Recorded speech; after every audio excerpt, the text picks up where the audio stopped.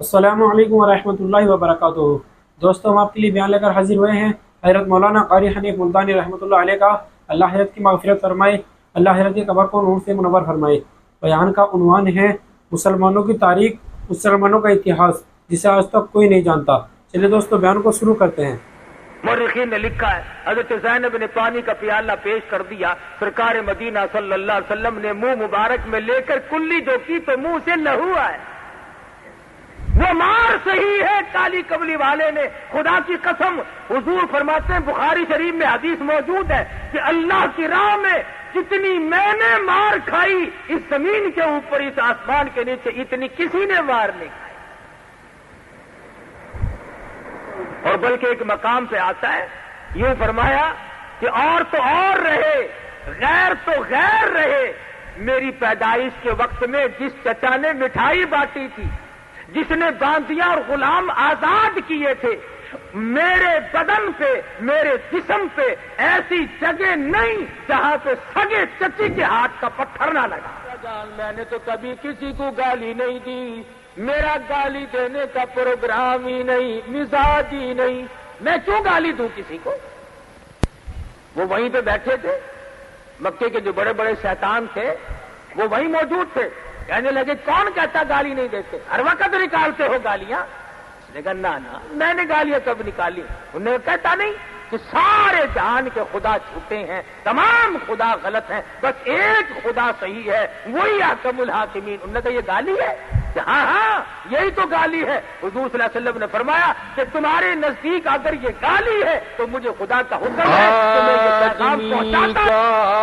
جسم کیا ہے جس پہ شیدا ہے جہاں، ایک مٹی کی عمارت ایک مٹی کا مکان، خون کا گارا بنایا اینٹ جس میں ہڈیاں، چند سانسوں پہ کھڑا ہے یہ خیالی آسمان، اور موت کی پرزور آندھی جس دم آ کر ٹکرائے گی، بس یہ عمارت ٹوٹ کر خاک میں مل جائے گی۔ معزز حاضرین، محترم سامعین، رمضان المبارک کا مہینہ، ختم قرآن مجید کی مجلس، شب قدر کی رات، اور غالباً رمضان المبارک کی آخری رات، جس قدردانی کی جا سکے وہ کر لیں۔ نامعلوم اس مہینے کی یہ راتیں، یہ ساعتیں، یہ گھڑیاں پھر ہم میں سے کس کو نصیب ہوں گی اور کس کو نہیں۔ ہزاروں لاکھوں لوگ گزشتہ رمضان المبارک میں زندہ تھے، کاروبار کر رہے تھے، کھانا پینا کر رہے تھے، اتنے غافل تھے کہ ان کے دل میں اس بات کا گمان تک بھی نہیں تھا کہ ہم دنیا سے جائیں گے۔ موت پہ صحیح معنوں میں یقین تک نہ تھا، لیکن خدا کا فیصلہ اٹل ہوتا ہے۔ سال بھر کے اندر اندر مختلف بہانوں سے موت واقع ہوئی، آج قبروں میں ہے، اور نامعلوم آئندہ رمضان کے آنے سے پہلے پہلے ہم میں سے کتنے لوگ قبروں میں جا چکے ہو۔ نامعلوم ہم میں سے کس کس کی باری اسی سال میں ہے۔ یہ ساری چیزیں اگر ہم تصور کر کے، دھیان کر کے اللہ تبارک و تعالیٰ کی حضور میں گریہ زاری کریں، عاجزی اور انکساری کریں، تو اس حدیث کے موجب بن سکتے ہیں۔ ارشاد گرامیہ امام الانبیاء محبوب کبریا حضرت محمد مصطفیٰ صلی اللہ علیہ وسلم کا فرماتے ہیں کہ اللہ پاک آخری رمضان کی رات میں فرشتوں کو جمع کر کے فرماتے ہیں، اے فرشتوں، ان لوگوں نے روزے بھی رکھے، تراویح بھی پڑھی، قرآن مجید کی تلاوت بھی کی، اب ان کو کیا ملنا چاہیے؟ فرشتے عرض کریں گے الہ العالمین، جب مزدور اپنی مزدوری کا پورا کام کر چکے، وہ اپنی مزدوری کا حق رکھتا ہے، اللہ پاک فرمائیں گے فرشتوں مجھے اپنی کبریائی کی قسم، مجھے اپنی الوہیت کی قسم، مجھے اپنی عزت کی قسم، مجھے اپنے جلال کی قسم، مجھے اپنی شان کبریائی کی قسم، تم گواہ ہو جاؤ میں نے ان لوگوں کو معاف کر دیا۔ اللہ پاک کی مغفرت عامہ کا دریائے کرم بہتا ہے۔ آج بھی اگر کوئی محروم ہے تو پھر اس نے تو محروم ہی رہنا، اس کے مقدر کھوٹے، اس نے اپنے اعمال کو اتنا کھوٹا کر لیا کہ عام میں دریائے عام بہا، دریائے کرم خداوند ذوالجلال کا بہا، پھر بھی قطرہ نصیب نہیں ہو سکا تو اور کم ملے گا۔ اور یہ ساری چیزیں قدردانی کی ہیں۔ جب مسلمان قرآن کریم کی قدردانی کیا کرتے تھے تو ان کے یقین اور نظریات کچھ اور تھے۔ مسلمان کا یہ یقین تھا کہ قرآن کریم کا ایک ایک لفظ حق ہے، سچ ہے، پک ہے۔ کیوں؟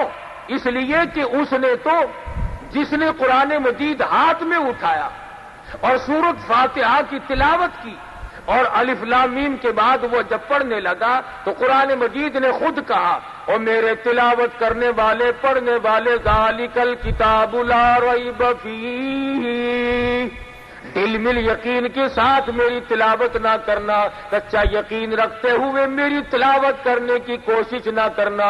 لا ریب فیہ، یہ وہ کتاب ہے جس کے آئین میں، جس کے قانون میں، جس کے احکام میں ذرہ برابر بھی شک کی گنجائش نہیں۔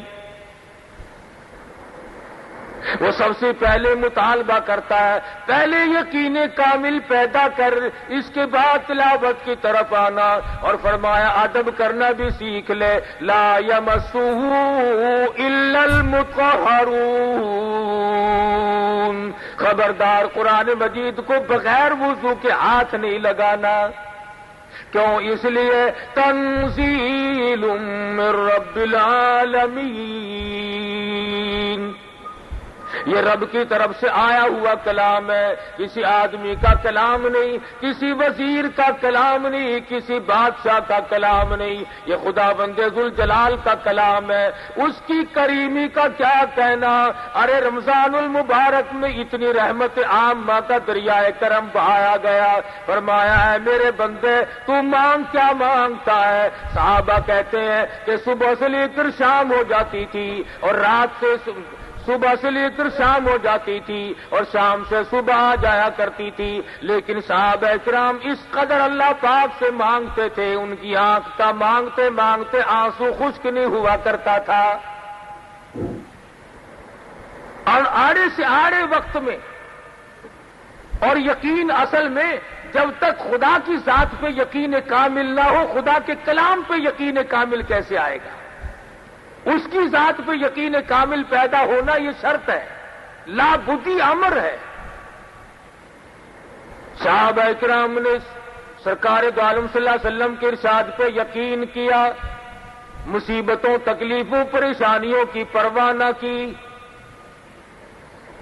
تاریخ میں کوئی یہ ثابت نہیں کر سکتا کہ کبھی کسی صحابی نے یہ گلہ کیا ہو، یہ شکوہ کیا ہو کہ ایمان کی وجہ سے مجھ پہ مصیبتوں کے پہاڑ آ پڑے، میں نے بڑی غلطی کی ہے، ایمان قبول کر کے میں نے غلطی کی ہے۔ کوئی صحابی یہ نہیں کہتا، کبھی نہیں کسی نے، چاہے اس کی اپنی جان پہ پڑے اور چاہے صحابہ کو اپنے بچوں کے قیمے اپنی آنکھوں سے دیکھنے پڑے، اور چاہے صحابہ اکرام اور صحابیات نے اپنے بچوں کو پیاسے اور بھوک کے مارے اپنی گود میں اتنی اتنی زبان باہر نکال کر تڑپ کر ایڑیاں رگڑ کر مرتے تو دیکھا، پر صحابی نے کبھی اس بات کا اپنی زبان سے اقرار نہ کیا اور گلہ نہ کیا، شکوہ نہیں کیا کہ خدا پر ایمان لانے کی وجہ سے میرے بچے کا کیا حال بنا۔ آج وہ یقین نہیں، جنہیں وہ یقین ملا ان کے کچھ اور حالات۔ سیدنا ابراہیم علیہ الصلوۃ والسلام ہے، باپ بتگر نہیں بلکہ بت پرست ہے، بت بنانے والا ہے، بت پرست بھی ہے، بت پرست نہیں بلکہ بتگر ہے، بت بناتا ہے۔ عجیب تجارت نکال رکھی تھی خلیل اللہ کے باپ نے، والد نے۔ کئی لوگ یہ کہتے ہیں کہ آزر کی عقل ماری گئی تھی، پتھروں کے خدا بناتا تھا۔ پتھر کے خدا بنانا مشکل ہے، کیا ہم نے اپنے آپ کو خدا نہیں بنایا ہوا؟ قرآن کہتا ہے فرأیت من اتخذ الہہ ہواہ، آپ ان لوگوں کو بھی دیکھیں گے جنہوں نے اپنی خواہشات کو، اپنی مرضیات کو اپنا خدا بنایا ہوا ہے۔ جو دل میں آ گیا، جو میرے پسند آئے وہ صحیح، اور جو میری سمجھ میں نہ آئے وہ غلط۔ قرآن کریم کا فیصلہ ہے کہ اے محمد عربی صلی اللہ علیہ وسلم، آپ ان لوگوں کو بھی تو دیکھیں گے جنہوں نے اپنی خواہشات کو، اپنی مرضیات کو، اپنی تمناؤں کو اور اپنی اغراض کو، اپنے مقاصد کو اپنا الہ بنایا ہوا۔ آج ہم کب سوچتے ہیں کہ خدا کا فرمان کیا ہے؟ ہم تو یہ سوچتے ہیں کہ میری غرض کہاں ہے، میرا فائدہ کیسے ہے۔ بس یہ فرق ہے صحابہ کے ایمان میں میرے اور آپ کے ایمان میں۔ صحابہ یہ کہتے تھے میری جان بچے یا نہ بچے، ایمان بچے۔ ہم کہتے ہیں کارخانہ لگے، بنگلہ بنے، کوٹھی تیار ہو، ایمان کا بیڑا غرق ہوتا ہے تو ہو جائے۔ یہ فرق ہے ہم میں اور صحابہ کرام۔ ابراہیم علیہ السلام کا والد بت بناتا ہے پتھر کے، اور ہم نے اپنے آپ کو بت بنایا ہوا۔ جب اللہ تبارک و تعالیٰ کی ذات و صفات میں کوئی شرک کرتا ہے، اس کی عقل کا دیوالیہ نکل جاتا ہے، دیوالیہ نکل جاتا ہے۔ ابراہیم علیہ السلام کے سر پہ ٹوکرے میں پتھروں کی بت بنا کر کے رکھ دیتا، جا میرے بیٹے خداؤں کو بیچ کے آ، معبودوں کو بیچ کے آ۔ ابراہیم علیہ السلام بازار میں گلی میں نکلتے ہیں، آواز لگاتے ہیں لوگوں لے لو خدا پر ہیں جھوٹے، خدا خریدنے والوں آؤ، جس نے خدا خریدنے ہو وہ آ جائے۔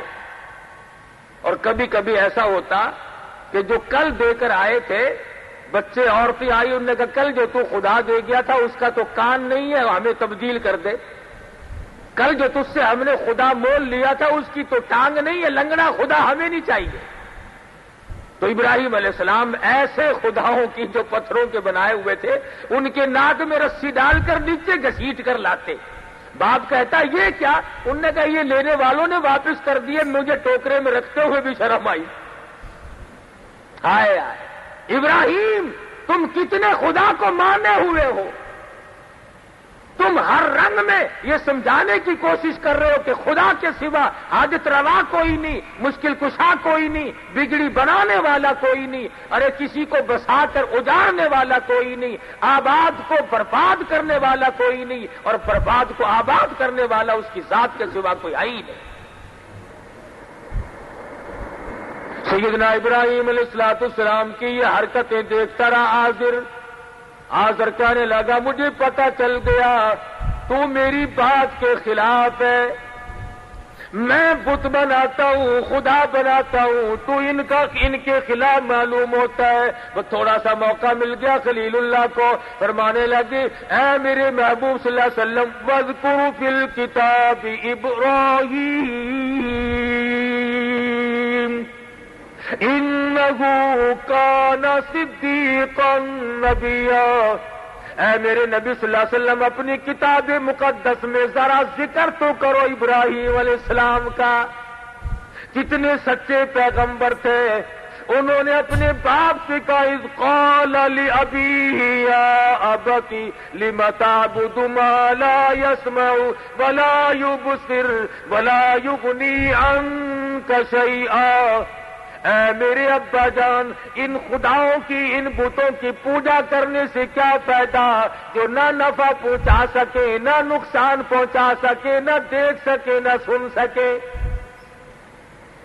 آج سارا جہان کہتا ہے ابراہیم علیہ السلام کا والد پاگل تھا، وہ لوگ بڑے بے وقوف اور احمق تھے جو پتھروں کو خدا مانتے تھے، جو نہ سنے نہ دیکھے نہ نفع نقصان کے مالک بن سکے۔ ارے تم کون سے عقل مند ہو، آج تم نے خدا کو چھوڑ کر خدا کے بندوں کو مشکل کشا سمجھا ہوا ہے۔ کیا آج لوگ نہیں کہتے فلاں یوں کر دے گا، فلانا ملک کو آسمان میں لے جائے گا، فلانا ملک کو چاند پہ پہنچا دے گا، فلانا ملک کو یوں کر دے گا۔ اللہ پاک فرماتے ہیں او ظالمو، تم اپنی زبانوں سے کیا بک رہے ہو؟ الیس اللہ بأحکم الحاکمین، کون ہے مجھ سے بڑا بادشاہ؟ کون ہے زمینوں کا مالک؟ کون ہے آسمانوں کا مالک؟ تبارک الذی بیدہ الملک وہو علی کل شیء قدیر،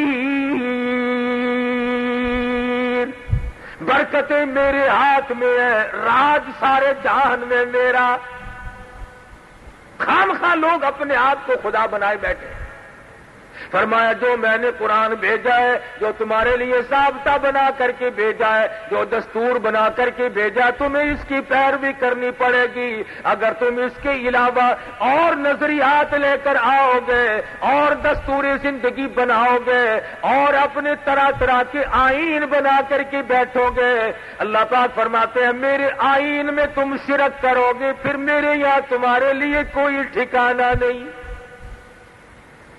خدا کا بھیجا ہوا دستور، خدا کا بھیجا ہوا آئین اور امام الانبیاء محبوب کبریا حضرت محمد مصطفیٰ صلی اللہ علیہ وسلم کا لایا ہوا دستور، اس کی خلاف ورزی دیکھنا آنکھوں سے کتنی غلطی ہے۔ آج ہم کیا کر سکتے ہیں؟ سید عطا اللہ شاہ صاحب بخاری سب قید رحمت اللہ علیہ، اللہ پاک کی کروڑ رحمت نازل ہو اس مرد قلندر کی قبر مبارک پہ، آمین۔ لاہور میں تقریر فرمائی اور موقع تھا، راجپال نے رنگیلے رسول کے نام سے ایک رسالہ کتابچہ لکھ مارا، اس میں سرکار دو عالم صلی اللہ علیہ وسلم کی شان میں گستاخی کی۔ یہ بھی وہی وقت تھا، شاہ جی نے تقریر فرمائی، دائیں طرف علماء بیٹھے تھے، سامنے مجمع بیٹھا تھا، بائیں طرف کچھ اباش قسم کے لوگ بیٹھے تھے، نوجوان۔ شاہ جی نے پہلے دائیں طرف منہ کر کے خطاب کرتے ہوئے فرمایا کہ علماء کی جمع، وہ سامنے دیکھو، ایسا صدیقہ دوپٹہ لہرا رہی ہے اور تم سے سوال کرتی ہے کہ تمہارے ابا کی آبرو پہ کافر نے ہاتھ ڈالا ہے۔ اور پھر بائیں طرف خطاب کرتے ہوئے فرمایا نوجوانوں وہ دیکھو اپنی قبر سے فاطمۃ الزہرا نکل آئی ہے اور دوپٹہ اتار کر کہہ رہی ہے کہ نوجوانوں تم کہاں سو گئے، کالی کملی والے کی عزت پہ ہاتھ مارا، میرے ابا کی آبرو پہ لوگوں نے ہاتھ مارنے شروع کر دیے، تم کس کا کلمہ پڑھو؟ نمازی بھی بیٹھے تھے، حاجی بھی تھے، غازی بھی تھے، نیک پرہیزگار سخی بھی تھے، خیرات کرنے والے بھی تھے، مگر ان نوجوانوں میں ایک نوجوان ہے، عالم نہیں، حافظ نہیں، قاری نہیں، حاجی نہیں، بلکہ پختہ اور لمبا چوڑا نمازی بھی نہیں۔ بس وہیں سے دل میں سوچ بیٹھا میری زندگی کائے کی، لعنت اس زندگی پہ، میں دنیا میں زندگی گزار رہا ہوں، کالی کملی والے کی ذات پہ حرف آئے، میری زندگی کس کام کی؟ گھر گیا اور جا کے خاموش لیٹ گیا۔ اماں نے پوچھا کیا بات ہے، کسی سے لڑ جھگڑ کر کے تو نہیں آیا، اداس سا کیوں ہے؟ کہنے لگا نہیں لڑائی میں نے کس سے کرنی ہے۔ تو امی جان کہنے لگی پریشانی کی کیا بات ہے، چند دن تیری شادی کے باقی، اب تو خوشی خوشی رہا کر۔ آنکھوں میں آنسو لے آیا اور کہنے لگا امی جان شادی ملتوی کر دے، میری شادی کو ملتوی کر دے۔ اس نے کہا کیوں؟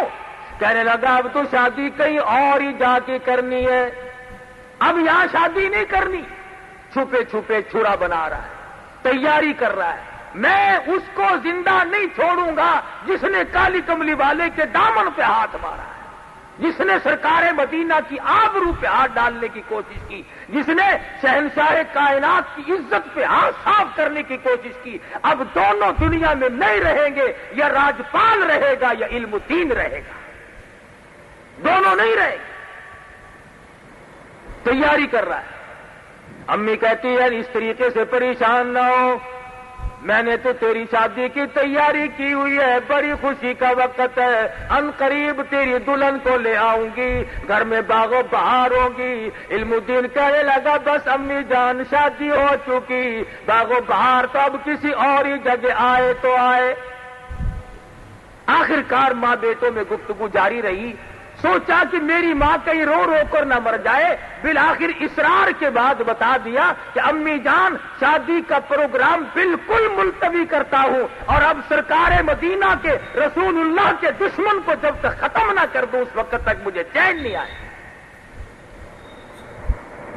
ماں بھی ماں تھی، دامن پھیلا دیا، جولی پھیلا کر کہنے لگی میرے بچے اور نوجوان، اگر تیرے ایسے عزائم ارادے ہیں، میں غریب، میں ان پڑھ عورت اللہ پاک کی حضور میں دعا مانگتی ہوں، مولا میرے بچے کو قبول فرما۔ دعا مانگ رہی ہے، مشورے نہیں کرتا، تدبیریں نہیں بناتا، تجویزیں نہیں کرتا،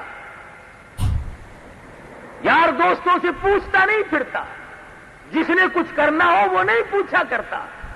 میں چھرا لیا اور انارکلی کے بازار میں پہنچا، اور وہاں جا کر کے راجپال کو چھرا مارا، اور اسے ختم کرنے کے بعد خود تھانے میں پیش ہو گیا۔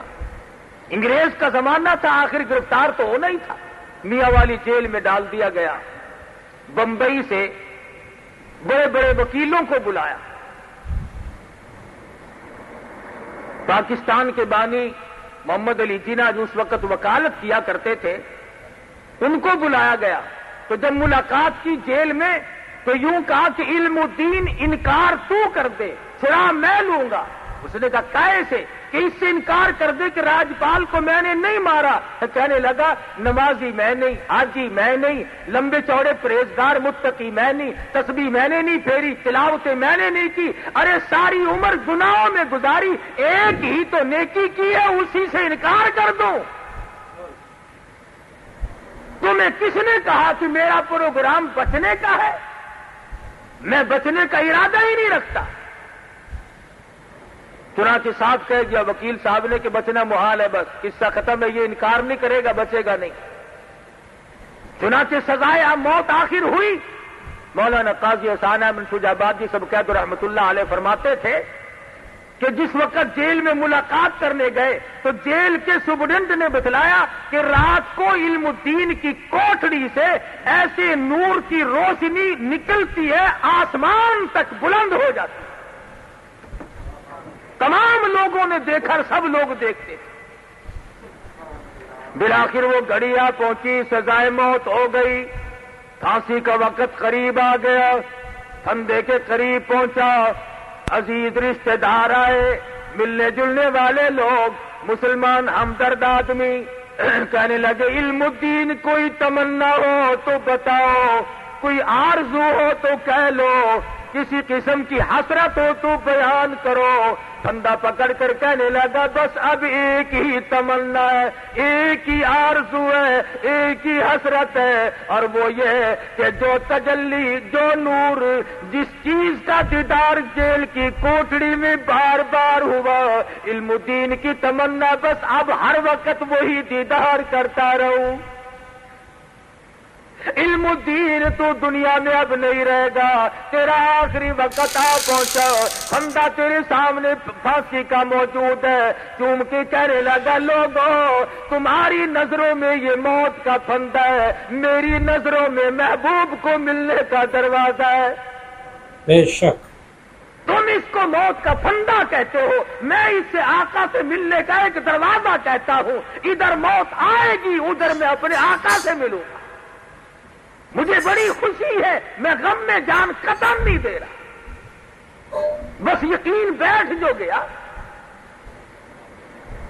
دیکھا دنیا نے کہ دنیا کے سامنے کیا ہوا، اور صحابہ اکرام کا تو کیا کہنا، کہ انہوں نے اپنے اپنے وقت میں اور اپنے اپنے انداز میں اللہ تبارک و تعالیٰ کے ایک ایک حکم پہ جان کی بازی لگائی. توحید باری تعالیٰ صحابہ کرام جب بیان کرتے تھے، اپنے ایمان کا اعلان کرتے تھے تو سارے کافر دشمن ہو جاتے تھے، اپنے بھی پرائے.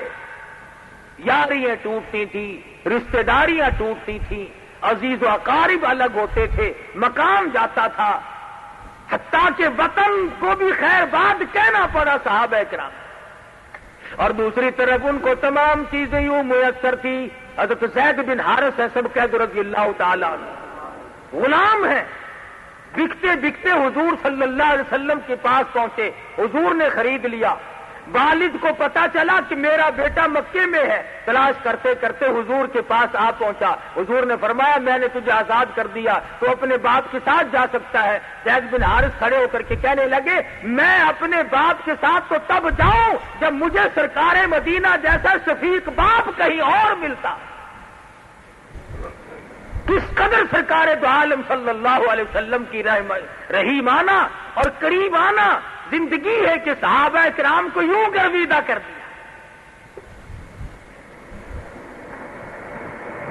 لیکن ظالموں نے، دشمنان دین نے سرکار دو عالم صلی اللہ علیہ وسلم کو بھی نہیں بخشا. رات دن پروگرام بناتے تھے، ہر وقت تجویزیں لڑاتے تھے، کون سی صورت ہے ان کو ختم کرنے کی، کیا طریقہ کار ہو سکتا ہے. چنانچہ ایک روز پروگرام بنایا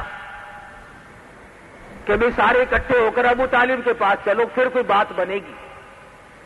غلط کار لوگ رات دن تجویزیں ہی بنایا کرتے ہیں. اکٹھے ہو کر کے آ گئے ابو طالب کے پاس اور آ کر کے کہنے لگے ابو طالب تیرے بڑھیپے کا لحاظ ہے، تو مکے کا سردار ہے، بڑا معزز آدمی ہے، ورنہ اس نبی کو تو نعوذ باللہ ہم نے کبھی سے اڑا دیا ہوتا. ہم کوئی تھوڑے، توبہ، ہماری طاقت کا کوئی اندازہ کر سکتا ہے؟ تیری سرداری کا لحاظ ہے، تیرے بڑھیپے کا لحاظ ہے. ابو طالب کہنے لگا کیا بات، تمہیں کیا تکلیف پہنچی؟ لگا یہ تمہارا بھتیجا ہمیں ہر وقت گالیاں نکالتا ہے، ہر وقت ہمیں گالیاں دیتا ہے تمہارا بھتیجا. ابو طالب نے حضور انور سب قید صلی اللہ علیہ وسلم کی ذات اقدس کو بلوا بھیجا. حضور تشریف لے آئے. ابو طالب کہنے لگے او میرے یتیم بھتیجے، یہ مکے کے لوگ شکایت کرتے ہیں، کہتے ہیں تیرا بھتیجا گالیاں نکالتا ہے. حضور صلی اللہ علیہ وسلم نے فرمایا چچا جان ساری عمر میں کبھی بھی کسی کو کسی حال میں بھی گالی نہیں دی. پتھر میں نے کھائے، مار میں نے کھائی، رات دن ان کی مار سہتا ہوں، میں نے تو کبھی گالی تو کیا بد دعا بھی نہیں دی. مکی کا کون سا چوک ہے جس میں انہوں نے مجھے نہیں مارا؟ کون سی وہ جگہ ہے؟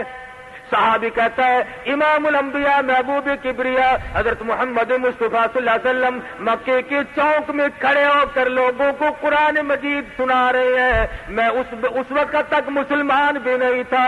میں نے دیکھا چاروں طرف کافروں کا مجمع لگا ہوا ہے، کوئی پتھر مار رہا ہے، کوئی اینٹ مارتا ہے، کوئی روڑے مارتا ہے، کوئی ہڈی مارتا ہے پھینک کر. چاروں طرف سے مار پڑ رہی ہے اور سرکار مدینہ بلا تحمل قرآن مجید کی تلاوت فرما رہے ہیں. زخموں سے خون کے فوارے چوٹ رہے ہیں. ایک عورت نے کوٹھی پہ سے آواز دی اے زینب تم کہاں چلی گئی؟ تمہارے ابا کو لوگوں نے لہولہان کر دیا. حضرت زینب اپنے گھر سے نکلی رضی اللہ تعالیٰ عنہ پانی کا پیالہ لے کر. زینب کی آنکھوں نے دیکھا سرکار مدینہ کا تمام جسم زخمی ہے، لہو میں کپڑے بھی تر بتر ہیں، شرابور ہیں. بیٹی اپنے باپ کو لپٹ گئی، ابا جان گھر چلو، یہ لوگ کیوں مارتے ہیں؟ کیا وجہ ہے؟ مار کیوں پڑی؟ کیا ہوا؟ آپ تو کسی کا مال نہیں چھینتے، ادھار لے کر واپس کرتے ہو، محافظت کرتے ہو، سب کی عزت کرتے ہو، صلہ رحمی فرماتے ہو، آپ کو لوگ کیوں مارتے ہیں؟ فرمایا بیٹی تجھے معلوم نہیں، میں ان تمام لوگوں کو یہ کہتا ہوں ساری کائنات کا مالک وہ ایک خدا ہے. اس پر یہ برف ریختہ ہوتے ہیں، اس کی یہ وجہ ہے ان سب کے ناراض ہونے. میں خدا کا قرآن سناتا ہوں، اللہ کی توحید کا پیغام ان تک پہنچاتا ہوں۔ مورخین نے لکھا ہے حضرت زینب نے پانی کا پیالہ پیش کر دیا، سرکار مدینہ صلی اللہ علیہ وسلم نے منہ مبارک میں لے کر کلی جو کی تو منہ سے لہو آئے۔ وہ مار صحیح ہے کالی کملی والے نے، خدا کی قسم حضور فرماتے ہیں، بخاری شریف میں حدیث موجود ہے کہ اللہ کی راہ میں جتنی میں نے مار کھائی اس زمین کے اوپر، اس آسمان کے نیچے، اتنی کسی نے مار نہیں کھائی۔ اور بلکہ ایک مقام پہ آتا ہے، یوں فرمایا کہ اور تو اور رہے، غیر تو غیر رہے، میری پیدائش کے وقت میں جس چچا نے مٹھائی بانٹی تھی، جس نے باندیاں اور غلام آزاد کیے تھے، میرے بدن پہ، میرے جسم پہ ایسی جگہ نہیں جہاں پہ سگے چچی کے ہاتھ کا پتھر نہ لگا۔ میں نے تو کبھی کسی کو گالی نہیں دی، میرا گالی دینے کا پروگرام ہی نہیں، مزاج ہی نہیں، میں کیوں گالی دوں کسی کو؟ وہ وہیں پہ بیٹھے تھے، مکے کے جو بڑے بڑے شیطان تھے وہ وہیں موجود تھے، کہنے لگے کون کہتا گالی نہیں دیتے، ہر وقت نکالتے ہو گالیاں؟ اس نے کہا نہ میں نے گالیاں کب نکالی؟ انہوں نے کہتا نہیں کہ سارے جہان کے خدا جھوٹے ہیں، تمام خدا غلط ہیں، بس ایک خدا صحیح ہے، وہی احکم الحاکمین۔ انہوں نے کہا یہ گالی ہے؟ کہ ہاں یہی تو گالی ہے۔ حضور صلی اللہ علیہ وسلم نے فرمایا کہ تمہارے نزدیک اگر یہ گالی ہے تو مجھے خدا کا حکم ہے کہ میری ہڈیاں ختم کر دی۔ ابو طالب بیچارہ کیا سمجھتا؟ وہ سمجھا کہ ضد کر رہے ہیں، ضد ہو رہی ہے۔ ہائے ہائے کیا بیٹھا، کہنے لگا میرے بھتیجے اب اگر تو ان کی بات کو نہیں مانتا تو آج کے بعد میرا سہارا نہ تکنا۔ یہ سہارے والا مسئلہ بڑا غلط ہے۔ کوئی کہتا ہے کہ جی میرے ماں باپ ہیں، اگر میں کما کے نہ کھلاؤں تو وہ بھوکے مر جائیں گے۔ کوئی کہتا ہے جی میرا استاد ہے، اگر ہم نہ اس کو کھلائیں تو وہ مر جاتا۔ مقتدی کہتے ہیں کہ اگر امام کو ہم نہ کھلائیں تو اس کا تختہ کبھی سے نکل گیا ہوتا۔ یہ سہارے، اللہ پاک نے سارے سہارے توڑے۔ ابو طالب کہنے لگا میرا سہارا نہ تکنا، میں تمہارا ساتھ نہیں دے سکتا۔ سرکار دو عالم سب کہہ دو صلی اللہ علیہ وسلم کی آنکھوں میں آنسو آ گئے۔ فرمایا چچا جان آج تک تم نے غلط سمجھا کہ میں تمہاری کمر پہ، تمہارے بلبوتے پہ یہ سب کچھ کر رہا ہوں۔ ہٹو آپ بھی ایک طرف ہو کے دیکھ لو، وہ خدا میری حفاظت کرنے والا ہے، وہ مالک کائنات، وہ بے نیاز خدا ہے، وہی میری حفاظت کرے گا۔ مکے کے لوگ پہلے تو اکڑے، کفر کی یہ عادت ہے، پہلے اکڑتا ہے، بڑا زور دکھاتا ہے، ہم یوں کر دیں گے، دیکھ رہا جی ابھی رگڑ دیتے ہیں، اور جب سامنے آئے اسی وقت ہی کر کے چپ ہو جاتے ہو، نہیں جی نہیں ایسی دیر میں گل کی تھی جی کو لڑن لگ گیا ہے، بس فوراً ڈھیلے پڑ جاتے ہیں اسی وقت۔ پہلے دماغ میں تھوڑی سی خرخشی ہوتی ہے، جب سامنے آیا حق، جال حق زہق الباطل ان الباطل کان زہوقا، جب حق آئے گا باطل بھاگے گا، اسلام آئے گا تو کفر کا سچا ناس اور بیڑا غرق ہوگا، رہ ہی نہیں سکتا کفر پہ۔ اور مجھے افسوس ہے کہ آج کی دنیا میں تمہارے پاس 6666 قرآن کی آیات موجود ہیں۔ ارے 8 لاکھ سے زیادہ پیغمبر کے ارشادات کا ذخیرہ موجود ہے، 1,29,000 صحابہ کرام کے قول و افعال اور عمل موجود ہے، اور بڑے بڑے بزرگ اور ائمہ کی زندگی موجود ہے۔ آج بھی لوگ کیا کہتے ہیں، مجھے پتہ نہیں کیڑے پاسے حق ہے، سانو تو ایویں نظرتا ہے۔ کتنے بڑی بے ایمانی کے الفاظ ہیں۔ کاکا جی ہوں تھی پتہ نہیں لگا تو پھر لگنا ہی نہیں، جو اب تک پتہ نہیں لگا پھر لگے گا قبر میں، پھر آگے پتہ لگے گا، پھر پرسلات پہ پتہ لگے گا، پھر موت کے جھٹکے کے وقت پتہ لگے گا۔ اگر اب بھی تجھے قرآن سمجھ میں نہیں آیا تو پھر آئے گا ہی، پھر کب آنا ہے؟ سرکار دو عالم صلی اللہ علیہ وسلم کے پروگرام میں دخل اندازی کرنے والے لوگ دنیا میں اس قدر ذلیل ہو کر کے مرے کہ تاریخ آج ان کے بعد کوئی اور ایسی نظیر پیش نہیں کر سکتی۔ فرمایا فلا تطع المکذبین، ودوا لو تدہن فیدہنون۔ اے میرے محبوب صلی اللہ علیہ وسلم، آپ بالکل بھی ڈھیلے نہ پڑے، ان کے پیچھے نہ لگنا، میں خدا کا نگہبان اور محافظ ہوں، کوئی پرواہ نہ کرو، آپ ہیں اور میں ہوں، بس کسی کی کیا حاجت باقی۔ تو صحابہ کرام نے اپنے اپنے وقت میں ایسا انداز اختیار کیا، اللہ غنی، مرد تو مرد رہے، عورت ساتھ، اور کتنی خوش نصیب مائی ہے، خامند بھی صحابی، بیٹا بھی صحابی، خود بھی صحابیہ۔ ارے قربان کر دوں دو جان کی دولت پہ، اس مائی کے جوتے سے اڑی ہوئی خاک پہ، جس کا پورا گھرانہ کالی کملی والے کا غلام بن چکا ہو، اور غلام بھی اس طرح کا۔ ابو جہل کو مکے میں صرف سمیہ ملتی تھی، اسے اور کوئی نہ ملا، اسے ڈھونڈ کر کیوں لایا؟ ایماندار اور بھی تو تھے، اس کے بیٹے کو پکڑ کے لاتا، اس کے خامن کو پکڑ کے لاتا، خاندان کے اور لوگوں کو اس طریقے سے کیوں نہیں مارا؟ اس لیے کہ بیٹا جوان تھا، خامن بھی طاقتور تھا، اور لوگوں کی جانوں میں جان تھی۔ ابو جہل مکے کا بدماش تھا، کہنے لگا کمزور کو مارنا آسان ہے، کمزور کو مارنا آسان ہے۔ سمیہ اس قدر بڑھیپا طے کر چکی تھی، گردن ہلتی تھی، زبان تتلاتی تھی، ہاتھ حرکت کرتے تھے، گردن میں ہاتھ کو میں راسا آ چکا تھا، لیکن خداوند ذوالجلال کا دیا ہوا ایمان اور نبی کا عطا کردہ کلمہ اور اللہ کی توحید کو سمیہ نے اپنی رگوں میں ایسا بسایا تھا کہ زمین و آسمان ہل سکتے ہیں، پر سمیہ کے ایمان میں فرق نہیں آتا، اتنا مضبوط ایمان۔ ابو جہل سارے مکے میں سے ڈھونڈ کے لایا بڑھیا کو، پتا چلا یہ جو کمزوروں کو لوگ مارا کرتے ہیں، غریبوں کو ستایا کرتے ہیں، محکوموں پہ ظلم کیا کرتے ہیں، پتا چلا کہ ان شیطانوں نے یہ چال ابو جہل سے سیکھی ہے، اور اسی کی نسل ہو تو کوئی پتہ ہی نہیں، ورنہ اور مکے میں مل سکتے تھے، سمیہ کو چھانٹ کے کیوں لایا؟ اس لیے کہ یہ بوڑھی ہے، کمزور ہے، ڈر جائے گی، عمر رسیدہ عورت ہے، گھبرا جائے گی، بڑھیپے میں ویسے بھی دل کمزور ہو جاتا ہے، لا کر میدان میں کھڑی کر دی، پیروں میں رسی باندھ دی، ہاتھوں میں رسی باندھ دی، اور برچہ لے کر کہنے لگا سمیہ اب دو راستے ہیں، یا جان بچا یا ایمان بچا، تیسرا راستہ نہیں ہے۔ سمیہ فرمانے لگی اور ظالم تو کیا سمجھتا ہے، جو برچہ تو مجھے مارنے کے لیے دکھاتا ہے، میں تو محبوب کا دروازہ کھولنے کے لیے اس کو چابی سمجھتی ہوں،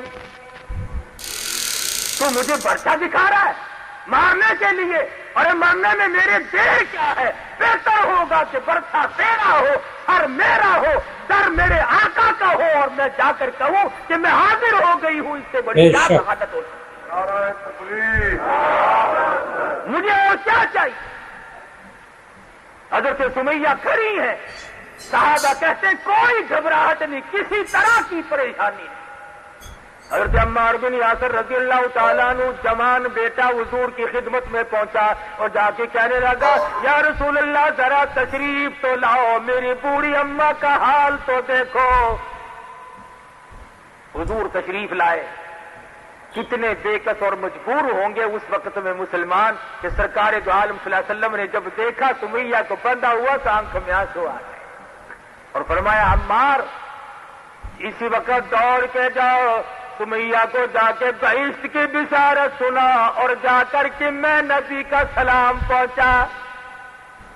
کیا خوش نصیب مائی ہے، آخری وقت میں تجھے پیغمبر کا سلام آ رہا، شہر شہنشاہ کائنات کا تجھے سلام ملا، اس لیے نہیں کہ تو بنگلے سے نکل رہی ہے، اس لیے نہیں کہ تو کوٹھی سے نکل رہی ہے، اس لیے نہیں کہ تو وزیر اعظم کی بیوی ہے، اس لیے نہیں کہ تو گورنروں کے خاندان سے ہے، اس لیے نہیں کہ تو دنیا میں بہت زیادہ حسین و جمیل ہے، بلکہ اس لیے کہ آقا کی غلامی کا پھندا تم نے وہ مضبوط ڈالا ہے کہ تم اپنی جان کا قیمت تو بنوا سکتی ہو، پر ایمان کے میدان سے پیچھے ہٹنے کے لیے قطعاً تیار۔ سمیہ کے بیٹے نے آ کر کے سلام پہنچایا، نبی کا پیغام اور بشارت تھی، تو مسکرا رہی ہیں، کافر حیران کھڑے ہیں۔ ہم تو کہتے تھے بڑھیا گھبرائے گی، یہ تھر تھر کانپنے والی، یہ ضعیفہ، یہ کمزور، یہ ناتواں، ہم نے تو سوچا تھا یہ پھر جائے گی تو اور بھی پھریں گے، ارے بوڑھی کا یہ حال ہے تو جوان کیا کریں گے؟ حضرت سمیہ رضی اللہ تعالیٰ عنہ بالکل آرام سے کھڑی ہیں، بار بار چاروں طرف سے کافر ڈراوا دے رہے ہیں، ابھی ابھی تیرے ٹکڑے کر دیے جائیں گے، ابھی ابھی تجھے چیر دیا جائے گا، ابھی ابھی تجھے تیرا قیمہ بنا دیا جائے گا، ابھی تجھے یوں مارا جائے گا۔ سمیہ کہنے لگی بات ہی کوئی نہیں، میرے یہاں مرنے جینے کا فرق ختم ہو گیا، کیوں؟ اس لیے الفت میں برابر ہے، وفا ہو یا کہ جفا ہو، ہر چیزوں میں لذت ہے گر دل میں مزہ ہو۔ تم مجھے مرنے سے ڈرا رہے ہو، ارے یہ جو وقت گزر رہا ہے مجھے یہ شاک معلوم ہوتا ہے، جلدی کرو مجھے میرے محبوب سے ملاؤ۔ یہ موت میرے لیے دروازہ بنے گا، میں اپنے پروردگار سے ملوں گی، میں اپنے کلمے کی شہادت دوں گی، میں اپنے مضبوط ایمان کا اظہار کروں گی، میرے یہاں گھبراہٹ کا نام و نشان نہیں، اور مفت کا ڈراوا نہیں تھا۔ چنانچہ ابو جہل آگے بڑھا، ارے بڑھے پہ ترس نہ کھایا، کمزور ہے، عورت ہے، مائی ہے، ضعیف ہے، برچھا مارا، ادھر ادھر اونٹ دوڑا کر سمیہ کے ٹکڑے کر دیے گئے۔ مجال ہے جو ایمان میں ذرہ برابر بھی تسلسل آیا ہو یا گھبراہٹ آیا ہو، ارے ایمان ہو تو ایسا ہو، خدا کے قرآن کی عظمت ہو تو ایسی۔ آج ہم اپنے آپ کو مسلمان بھی کہلاتے ہیں اور ذرہ برابر بھی تکلیف کا تحمل کرنے کے لیے ہم لوگ تیار نہیں۔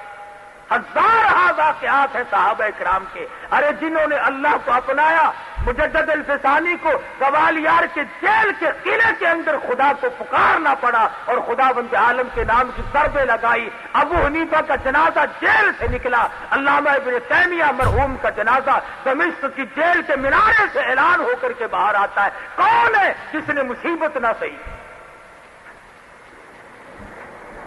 اور تمہارے قریب کی بات ہے، یہ ہندوستان کا بادشاہ ظفر انگریزوں نے قید کر لیا، قید کر کے رنگون لے گئے، ہاتھ پاؤں میں بیڑیاں پڑی ہوئی ہیں۔ ایک انگریز افسر نے آ کر کے کہا کہ دوپہر کے وقت تمہاری دعوت ہے۔ شاہ ظفر حیران ہے، کہا میں قیدی اور کہا میری دعوت؟ کیا بات؟ کہ نہیں، انگریز گورنمنٹ نے تمہاری دعوت کی ہے۔ انگریز بڑا بے ایمان تھا، اس نے جس طرح کی گولی کوئی کھاتا دکھائی دیا ویسی گولی ماری، کسی کو سر کا لقب دے دیا، کسی کو جائیداد اور مربع اور جاگیریں دے دی، کسی کو کچھ دیا، کسی کو کچھ دیا، تاکہ یہ لوگ اسلام اور مسلمانوں سے غداری کرتے رہے۔ اور شاید سے ان مسلمانوں کو بھی آج تک بعض لوگ غداری کرتے چلے آتے ہیں، وہ پھر کہتے ہیں کہ ہم سے بڑا مسلمان کوئی نہیں۔ اچھا کیا نشانی ہے جی مسلمانی کی؟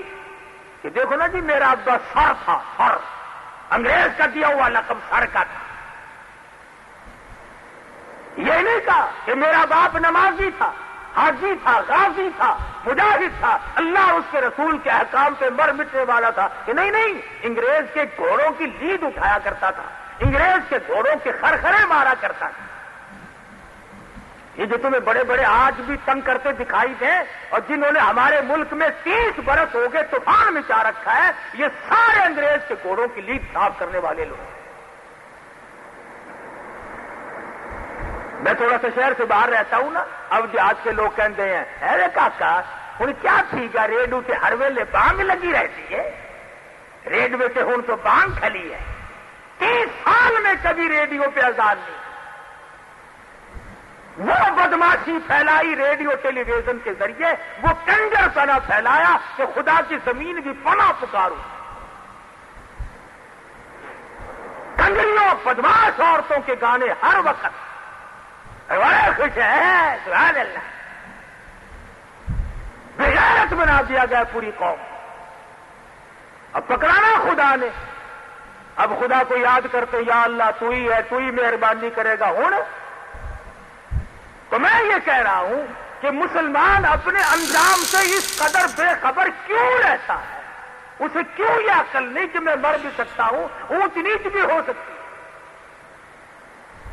تو شاہ ظفر کی دعوت کی انگریز گورنمنٹ نے اور پیروں کی بیڑیاں کھول دی اور ہاتھ کی ہتکڑی نکال دی اور کمرے میں جا کر کے بٹھا دیا، ہاتھ دھلائے، اور اس کے بعد برتن آنے شروع ہوئے، 1 آیا، 2 آئے، 3 آئے، یک کے بعد دیگرے 12 برتن آئے جن کے اوپر سرپوش ڈھکے ہوئے تھے، اور جب انگریز افسر نے شاہ ظفر کے سامنے آ کر کے وہ برتن اٹھائے اور سرپوش اٹھائے تو شاہ ظفر نے دیکھا کہ پہلے برتن میں سب سے بڑے بیٹے کا سر تھا اور اس کے بعد اس سے چھوٹے کا سر تھا اور پھر تیسرے کا سر تھا۔ شاہ ظفر کے 12 بیٹے تھے، 12 کے 12 بیٹوں کے سر شاہ ظفر کے سامنے برتنوں میں کاٹ کر رکھے ہوئے۔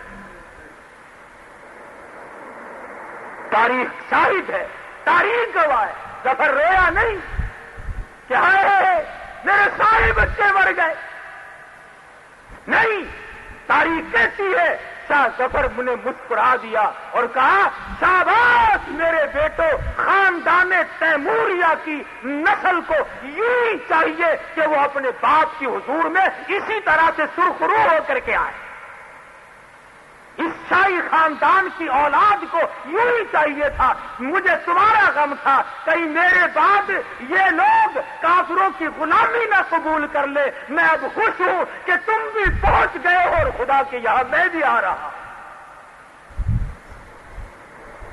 تو یہاں تو ایسے ایسے لوگ قریب ہی سے ہو گزرے، بات کیا ہے؟ یہی تمہارا ملتان شہر ہر وقت کا راجہ دیوان کی حکومت ہے، 600 ساڑھے 600 سال پہلے کی بات ہے۔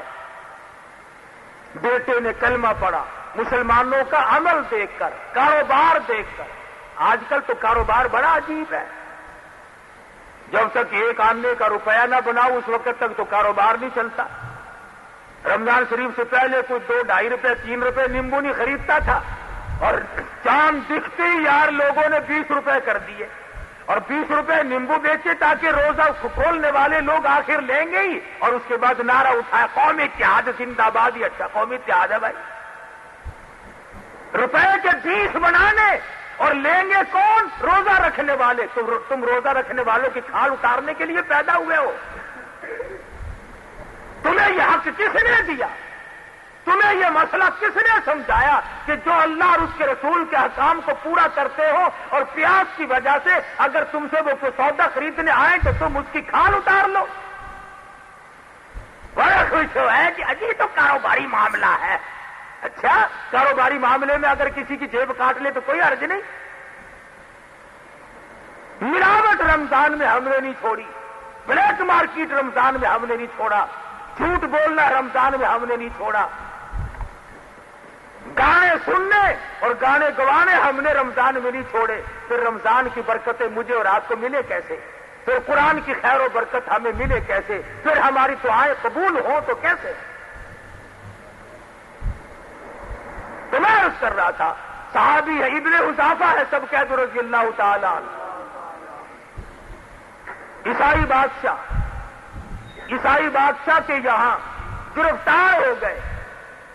صحابہ کرام تو گھر بیٹھ کر کبھی سوئے ہی نہیں، کبھی پیر پھیلا کر بےچارے سوئے ہی نہیں، بس جہاد فی سبیل اللہ میں لگے رہتے تھے، ہر وقت اللہ اور اس کے رسول کے حکموں کو لوگوں تک پہنچانے کے لیے مرتے تھے ہر وقت اور مارتے تھے، پریشان ہوتے تھے، ساری زندگی صحابہ کرام کی جہاد میں گزر گئی۔ یوں ہی تو نہیں اللہ پاک کے نبی نے فرمایا کہ جہاد کی راہ میں جب آدمی نکلتا ہے اسلام کو چمکانے کے لیے، کفر کو مٹانے کے لیے جو قدم اٹھتے ہیں اور قدم پر جو گرد غبار پڑتی ہے، تیرے نبی کا فرمان ہے کہ اس جگہ جہنم کی آگ حرام کر دی جاتی، بشرطے نیت یہ ہو کہ میں اسلام کو چمکاؤں گا۔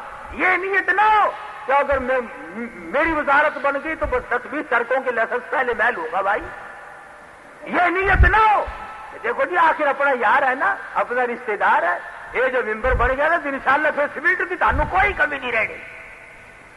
پہلے ہی نیت اگر یہ ہے تو اسلام کی چمک کا، بلکہ صرف رضا الہی مقصود ہو، نبی کی اطاعت اور غلامی مقصود ہو، پھر بات کریں۔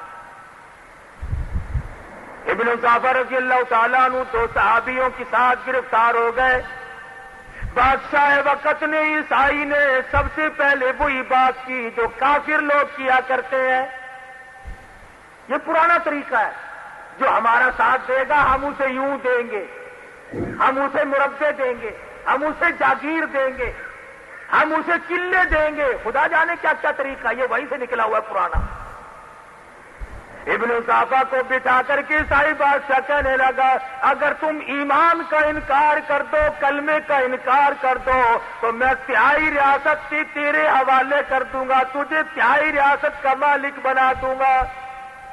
ابن صافہ جواب دے فرمانے لگے اور ظالم تو کافر، تو مجھے دنیا کا لالچ دیتا ہے، مجھے لا الہ الا اللہ محمد الرسول اللہ صلی اللہ علیہ وسلم کے بعد میرے نبی نے جو بشارت دی ہے اتنی بڑی بہشت ملے گی جو تیری پوری ریاست سے بھی 100 گنا بڑی ہوگی، تیری پوری ریاست سے 100 گنا بڑی ہوگی جو اللہ کے نبی نے بہشت کا مجھ سے وعدہ فرمایا۔ لگا اچھا، دوسری سٹ ماری، یہ اس سے زیادہ نازک ہے۔ انہوں نے کہا ابن حذیفہ اگر تو کلمے کا انکار کر دے، بڑی خوبصورت میری بیٹی ہے، میں تیری ساتھ شادی کر دوں گا۔ یہ بڑی نازک سٹ ہے، اس کا جھیلنا بڑا مشکل ہے۔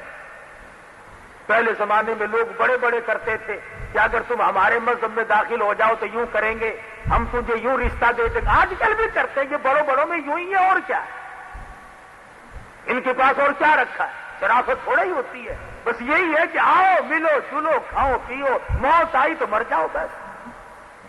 ابن حذیفہ نے فرمایا کہ میرے نبی نے جن حوروں کا مجھ سے وعدہ فرمایا ہے اگر وہ دنیا میں تھوک دے تو پوری دنیا خوشبو کی وجہ سے بے ہوش ہو جائے۔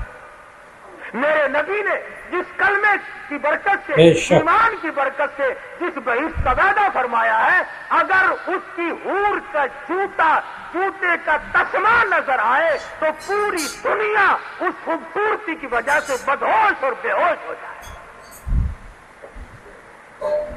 میرے جیسا ہوتا نا تو اسی وقت نعوذ باللہ توبہ میری، کیونکہ ہمارا ایمان کہاں سے آیا اتنا مزہ، ہم تو کہتے لیا بھائی پڑھا ان گھوڑا دیکھی جاوے گی، پھر کلمہ کے دن اٹھے نا پھر کلمہ پڑھ لے۔ آج تو لوگ کہتے ہیں نا چلو ادھر جدھر کی ہوا ہو،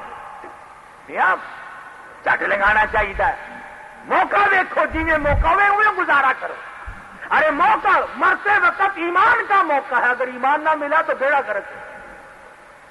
ابن جعفر رضی اللہ تعالیٰ عنہ نے شادی کی لالچ کو بھی ٹھکرا دیا، زمین جائیداد کے لالچ کو بھی ٹھکرا دیا۔ اس کے بعد عیسائی بادشاہ کو غصہ آیا اور کہنے لگا تینوں مسلمانوں کو، تینوں نبی کے پروانوں کو، غلاموں کو میدان میں لے چلو، لے چلو میدان میں، ان کو کیا کرو گے؟ ان کی آزمائش ہوگی، ان کو ہم ٹھکانے لگا دیں گے، ان کا ہم چمڑا اجیڑ کر رکھیں گے۔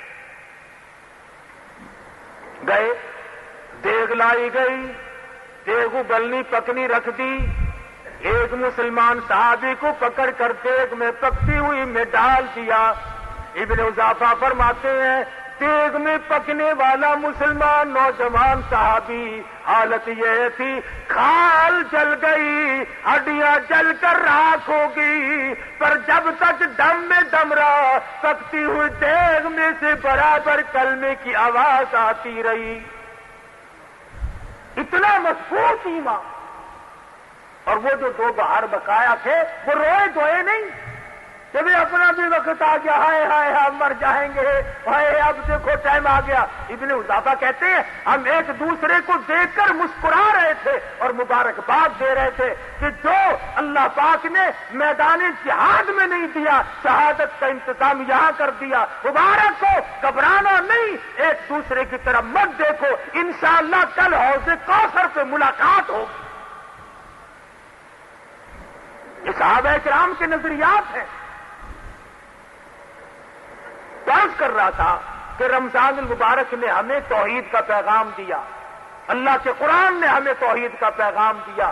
خداوند عالم نے فرمایا میرے قریب آ جاؤ، ساری دنیا تمہاری، میرے نزدیک آ جاؤ، پوری کائنات تیری ہے، چاند سورج ستارے دریا سمندر ہوا سبزی ترکاری تمام تر یہ سارا جہان تیرے لیے تو ہے، کل جہان تیرے لیے، او میرے بندے تو صرف میرے لیے، تو میرے لیے، تمام سبزی پھل فروٹ ترکاریاں نعمتیں سب تیرے لیے، تیرا سر ہو میرا در ہو اور تیری ڈھولی ہو میری عطا ہو، تو مانگتا ہوا تھک جائے میں تجھے دیتا نہ تھا، میرا خزانہ بڑا وسیع ہے، اس لیے مانگنے والا بن، وہ تو مائل بکرم ہے تو سائل ہی نہیں، وہ تو اتنا دینا جانتا کوئی لینے والا بھی بنے۔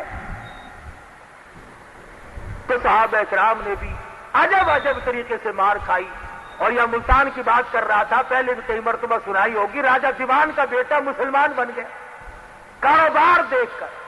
آج ہمارا کاروبار دیکھ کر کے تو الٹے لوگ کافر بن رہے ہیں، معاملہ بالکل خراب ہو رہا ہے، چھوٹے سے بڑے تک تمام چیزیں دیکھ لو، اوپر جو چیز رکھی ہوگی نا کہ یہ نہیں میں دینی ہے تو نمونہ رکھے ہوا ہے، چل بھائی نمونہ ہو تو بچو ہو، ایک کیسے بنے گا ہمارا، وہ اندر بار کیسے بنے گا، بڑا مشکل مسئلہ ہے۔ لیکن وہ راجہ دیوان کا بیٹا کاروبار میں مسلمانوں کی سچائی اور صداقت کو دیکھ کر مسلمان بن گیا، لا الہ الا اللہ محمد الرسول اللہ صلی اللہ علیہ وسلم کلمہ پڑھ لیا۔ راجہ کو بڑی فکر ہوئی کہ میرے گھر میں دین آ گھسا، بڑا معاملہ خراب ہوا کہ اور بھی گھر کو اندر کوئی آئے گا دین کا تو یہ خاصا، باہر تو جانے دے رہا۔ اس نے ہندوستان سے جگہ جگہ سے پنڈت لوگ طلب کیے، بلائے، میرے بچے کو سمجھاؤ بے دین ہو گیا، مسئلہ بن گیا، بڑا کام خراب ہے، میری تو آبرو گئی۔ بڑے پنڈت آئے، بڑا سمجھایا، دیکھ اسلام میں یوں ہے، یہ مسلمان نے کہا کچھ بھی ہو، جب میں کلمہ پڑھتا ہوں میرے دل کی رگوں میں ٹھنڈ پڑتی ہے، جب میں خدا کا کلمہ پڑھتا ہوں کہنے لگا آسمان زمین روشن ہو جاتے، کفر اندھیرا ہے ایمان اجالا ہے۔ ایک پنڈت بڑا چلاک تھا، کہنے لگا کیا پھر یہ اسی طرح جمع رہا تو اس کے ساتھی تو یہاں اور بے شمار پیدا ہو جائیں گے، تو ایسی تدبیر نکالو کہ نہ رہے بانس اور نہ بجے بنسری کے مر جائے۔ نگو میاں اور نوجوان کیا کلمہ پڑھتا ہے تو چھوڑتا نہیں کہ نہیں؟ کہ اچھا ہم تجھے یہ لوہا گرم کر کے دیتے ہیں، 5 منٹ تک سینے سے لگا کے دکھا۔ پہلے تو دل میں ذرا خوف سا کھایا کہ بھی آگ کا کام تو جلانا ہے، پھر سوچا اللہ پاک کی آگ بھی مخلوق ہے، اور میرے مالک آگ بھی تیری مخلوق ہے، میں بھی تیری مخلوق ہوں، کلمہ چھوڑنے کے لیے میں تیار نہیں، مر جاؤں تو مجھے کوئی انکار نہیں، کوئی بات نہیں۔ اور لوگوں تاریخ گواہ ہے، یہ ملتان کا چوک بازار شاہد ہے، راجہ دیوان کے بیٹے کو گرم گرم لوہا کر کے لوگوں نے دیا، 5 منٹ کے بجائے گھنٹوں سینے سے لگائے کھڑا رہا، اور کھلی آنکھوں سے دیکھا گرم گرم سرخ لوہے کے اوپر زندہ کیڑی مکوڑے اوپر سے گزر رہے ہیں، پھر رہے ہیں۔ سمجھ گیا جو ذات ان کی حفاظت کر سکتی ہے وہ میری بھی نگہبانی فرمائے گی۔ راجہ دیوان کے بیٹے کے ایمان کا مظہر اور قوت اور مضبوطی اور جرأت دیکھ کر شاہی خاندان اور راجہ کے خاندان کے 600 کافر مسلمان بن گئے، 600 آدمی کلمہ پڑھ کر مسلمان بن گیا۔ تو آج وہی ایمان پیدا کرے، اسی جذبے کو اپنائیے اور اللہ پاک سے یہ دعا بھی کیجئے کہ اے اللہ رمضان کی آخری رات ہے، وہ ایمان دے جو صحابہ کو ملا، وہ ایمان دے جو مجاہدین کو ملا، وہ ایمان دے جو شہداء کو ملا۔